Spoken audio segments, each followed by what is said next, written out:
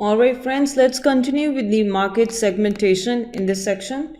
Market segmentation is the process that companies use to divide large heterogeneous markets into small markets that can be reached more efficiently and effectively with products and services that match their unique needs. This is just what I was explaining in the previous video.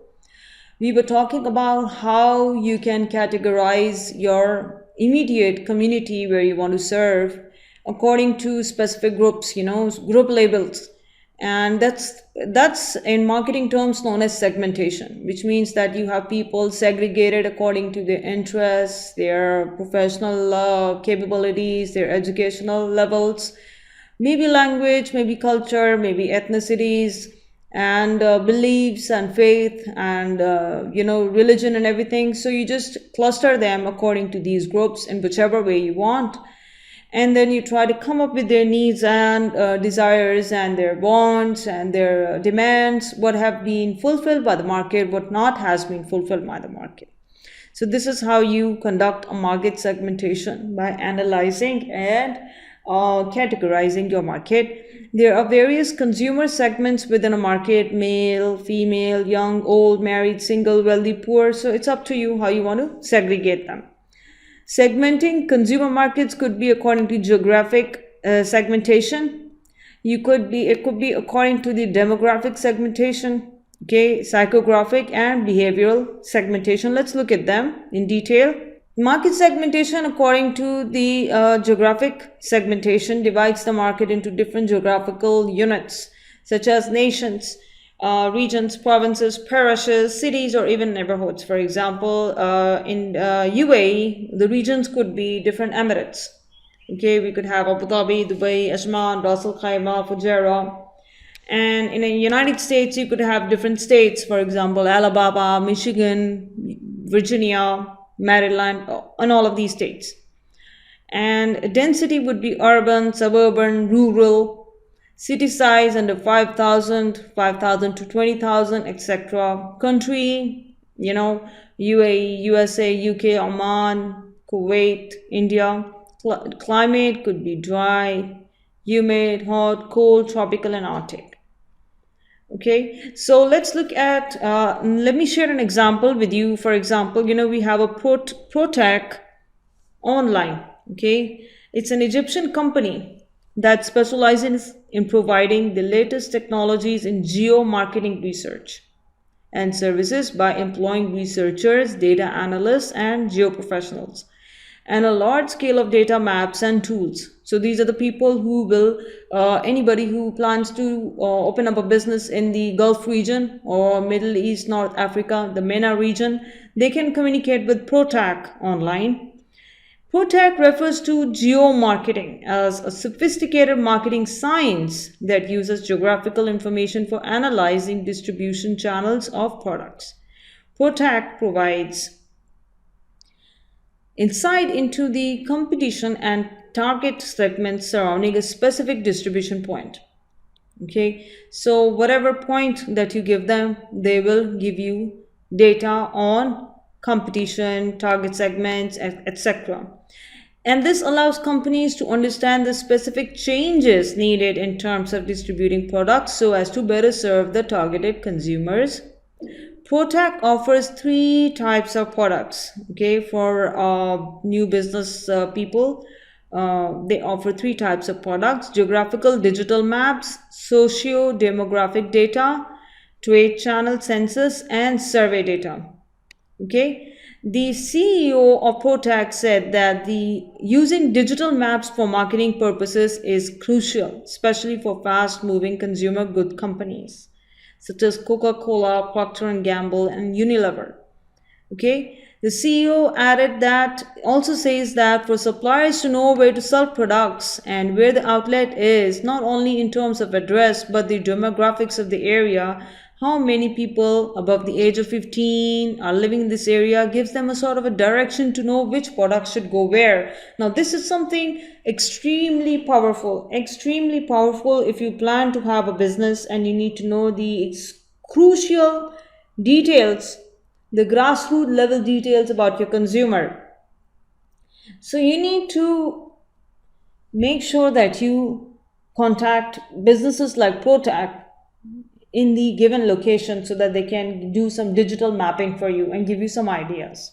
Okay, up next we have the demographic segmentation. It divides the market into groups based on variables such as age, gender, family size, family life cycle, income, occupation, education, religion, race, generation, and nationality. So if you contact companies like Protac online, PROTAC online, okay, what they would do is they would give you age, all of this data, age, gender, family size, family life cycle, income per month, occupation, education, nationality, religion of the specific demographic point that you give them, which is amazing, which means that your research was just cut short. So try to, if you are serious about your marketing, try to hook up with companies like these.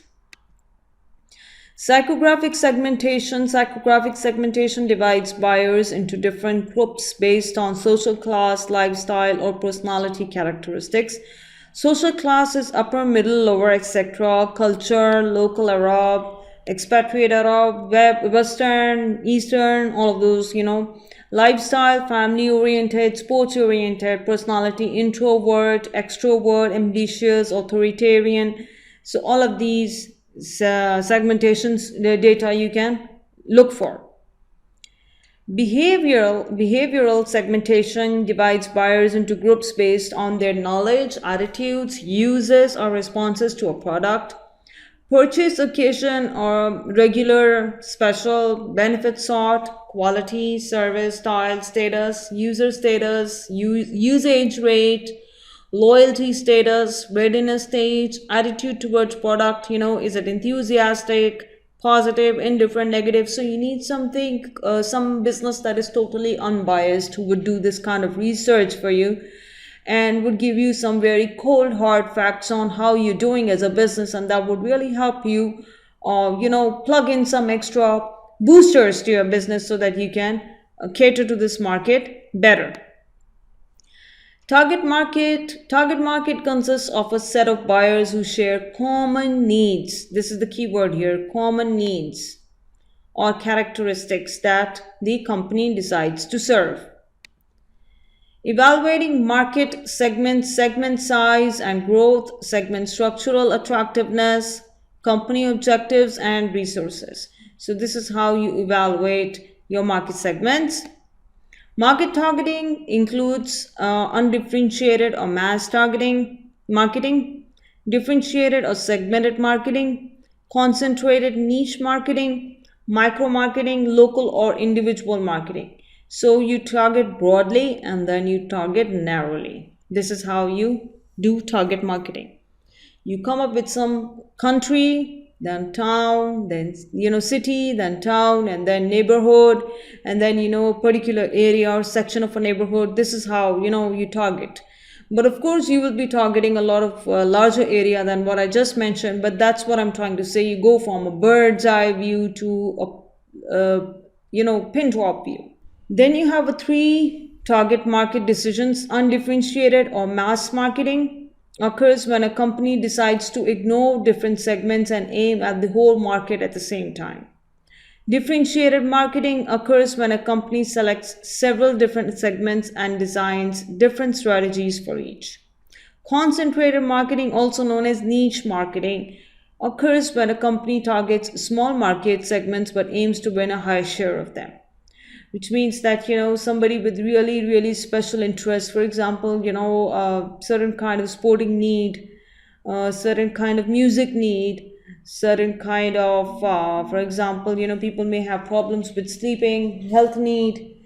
So these are the things that you need to look at when you're trying to market the concentrated marketing. Selecting target marketing segments. Undifferentiated marketing targets the whole market with one offer. That's mass marketing. For example, you could do products like flour, cereal, products like soap, detergent, milk, bread. These are staple items. These are mass marketed. You don't need to, really find who needs flour or who needs milk, who needs bread. Everybody, eggs, these are the staple things. They're usually mass marketed. Okay, skincare for oily skin, that becomes differentiated. Okay, undifferentiated is mass marketing, focuses on common needs rather than what's different. So whatever is common to everybody is mass marketed. Selecting target marketing segments, differentiated marketing targets several different market segments and designs separate offers for each. Goal is to achieve higher sales and stronger positions and more expensive than undifferentiated marketing. Oily skin, okay, combination skin, dry skin, these are all differentiated. Okay, but sometimes you may have a product that caters oily skin with breakouts, oily skin with large pores, so these are the different, it becomes even more differentiated in niche marketing. These are concentrated marketing, targets a large share of one or more fewer smaller segments or niches. Limited company resources, knowledge of the market, more effective and efficient. So you need to know that among your target consumers, what are their really, really, really refined needs. And then of course, that target market is going to get smaller. Okay, but when you provide that service, almost all of them will go ahead and buy your product. That's because of smart research that you conducted, marketing research. Aramix, for example, let me give you an example here. Aramix offers new services such as shop and ship for the customers in the Arab world willing to buy products from online shops in the United States and Europe. Okay, so a lot of people, they buy stuff from United States and Europe, and what they have done is this: there are many online outlets for what they do is they have a warehouse in the region. They order such material from the United States and Europe, and they store it in their warehouse within the region, which keeps the shipping and handling price low. And then, they just become the middleman.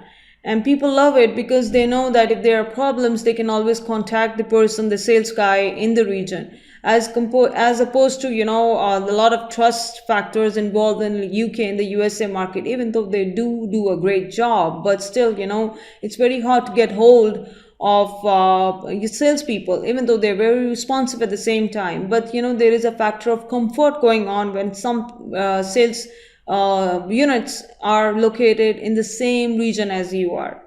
So that's how Aramix would do it. And then Real Marketing 7.2, that's the lecture that I said here, the table 7.2. Okay, this figure, what we're going to talk about it is this is the market targeting. Yes, the Real Marketing 7.2 figure highlights the concept of Islamic banking and its application in the Arab world. Islamic banking has gained a strong reputation in the past few years, especially after the financial crisis in 2008, as it showed the defects in international banking systems. As a result, a variety of banks led by many banks here introduced Islamic banking initiatives in the region. So this is another example of niche marketing.